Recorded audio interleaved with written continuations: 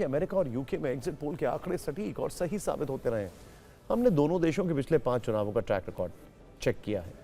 America में 2024 में exit poll के आंकड़ों में थोड़ा कंफ्यूजन रहा। किसी ने रिपब्लिकन तो किसी ने डेमोक्रेट्स को विजयी बताया, लेकिन जीत डोनाल्ड ट्रंप की पार्टी रिपब्लिकन्स की हुई, यानी कुछ सही तो कुछ गलत रहे। 2020 में एग्जिट पोल की भविष्यवाणी के मुताबिक डेमोक्रेट्स की जीत हुई, लेकिन 2016 में फिर एग्जिट पोल मात खा गया। हालांकि 2008 और 2012 में आंकड़े सही साबित हुए थे।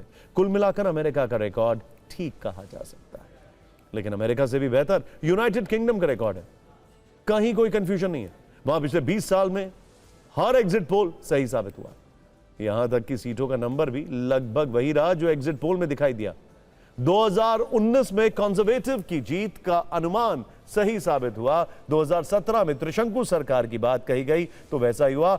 उसके पीछे भी जाकर देखें तो एग्जिट पोल का number her bar bang on right होता है।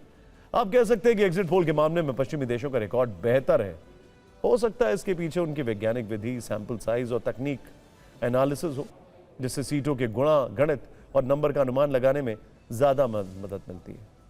देखिए, भारत में कोई भी चीज एज अ पैटर्न प्रिडिक्ट करना बड़ा मुश्किल है। यहां पर हर कुछ किलोमीटर में भाषा बदल जाती है, टेस्ट बदल जाती है, बदल जाता है, लैंग्वेज बदल जाती है।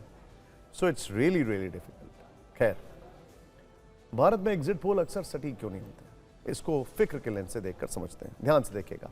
पहली बात, भारत का कोई भी चुनाव दरअसल एक चुनाव नहीं है, सैकड़ों छोटे छोटे चुनावों का जोड़ है।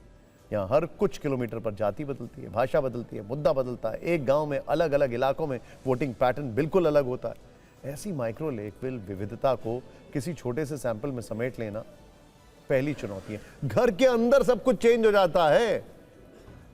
दूसरी बात, वोट शेयर और सीट के बीच का रिश्ता सीधा नहीं होता है। महज 2% का स्विंग पूरी तस्वीर पलट सकता है। यानी वोट शेयर का अनुमान सही भी हो तब भी सीटों का गणित गड़बड़ा सकता है।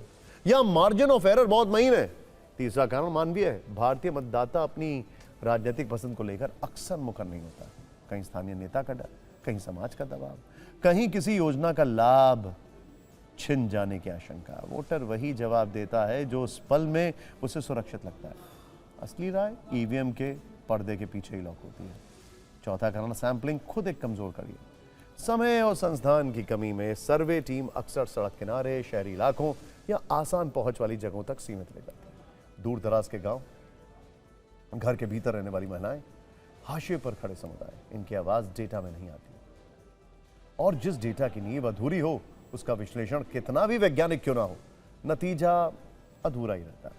पांचवा कारण, चुनाव कई चरणों में होता है और हर चरण की अपनी जमीनी हकीकत होती है। एक ही प्रदेश में पहले चरण और आखिरी चरण की परिस्थिति अलग होती है। सैंपल इन सारी परतों को बराबर पकड़ ले, ये अपने आप में बहुत मुश्किल काम है, खासतौर पर भारत में। लेकिन इन सबसे ऊपर एक मूल बात, एग्जिट पोल आखिरकार एक अनुमान है, सत्य नहीं। ये दर्शक के लिए जिज्ञासा है, राजनीतिक दलों के लिए नैरेटिव है और मीडिया के लिए कंटेंट है। पर लोकतंत्र का असली फैसला ईवीएम से होता है और वो फैसला किसी सर्वे, किसी फॉर्मूले या किसी एल्गोरिदम से बड़ा होता है। इसीलिए एग्जिट पोल भले ही देख लीजिए, पर भरोसा सिर्फ नतीजों पर कीजिए और वो नतीजे सबसे पहले हम दिखाएंगे आपको। ये हमारा भी ट्रैक रिकॉर्ड है।